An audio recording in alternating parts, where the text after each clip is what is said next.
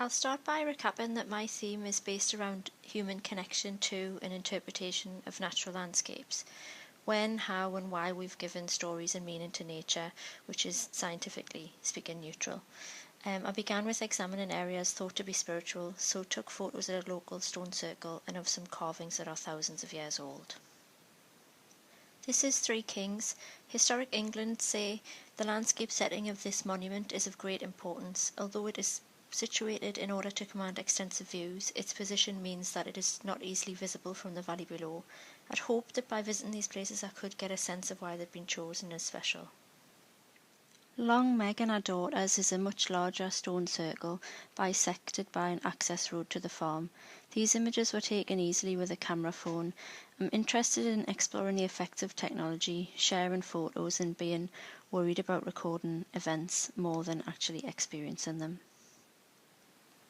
The guide states Castlereagh is often thought of as having the most beautiful setting of any stone circle in Britain. It was going to be virtually impossible to photograph this circle without people in the shots, but I felt that it could be an improvement on the previous images and help to show the human relationships and human stories that I'm hoping to explore. The idea of visiting several sites was to be able to compare and contrast the imagery, and I think that as the collection grows the set does get more interesting. I might continue this as an aside, but I don't feel at the minute that the stone circles are really conveying my main themes. Quite like the subtle evidence of habitual use, such as the footprints and tracks, they move the focus towards people without it being explicit. It helps to present an idea about the longevity and volume of visitors. I wanted to explore technology that would bring a richness to the work, and at the same time began to wonder more about the appeal of nature having to do with a slower pace and a connection to the past. So traditional analogue photo methods might actually be a better fit. Initially, because of practical reasons, I decided to explore digital pinhole photography. Straight away, combining high and low tech raises questions about how much to intervene with the camera settings and post-production.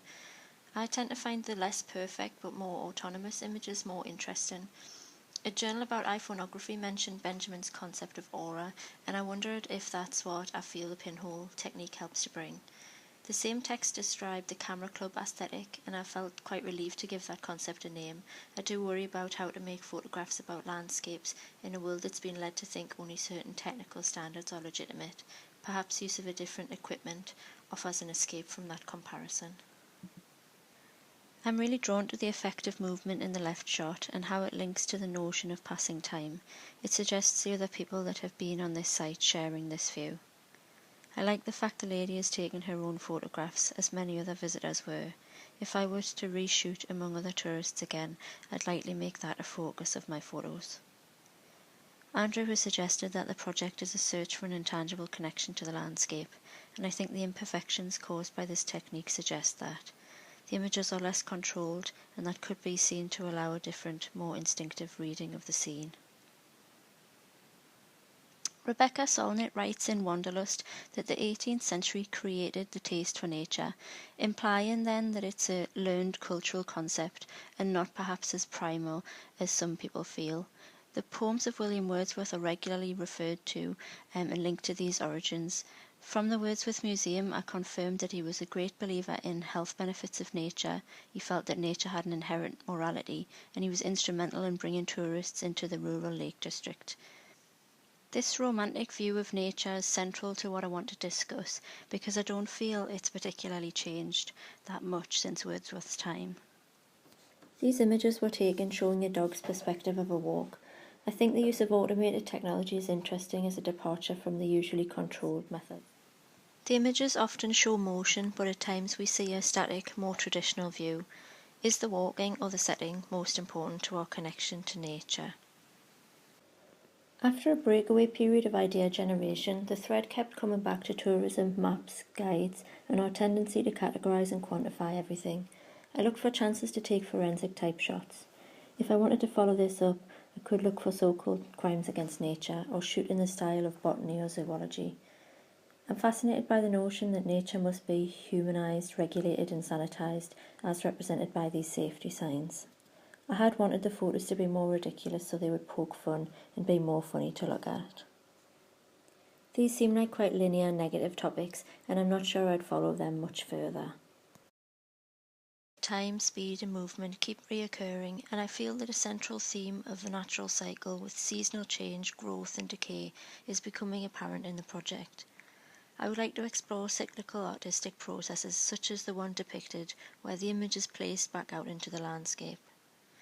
Megan Randall placed ceramics into nature, and I'm reminded of the pinhole cameras that could be outside for long periods. Perhaps these could take on a sculptural quality too. Could they play more than one role in the cycle, taking and then later displaying the images perhaps?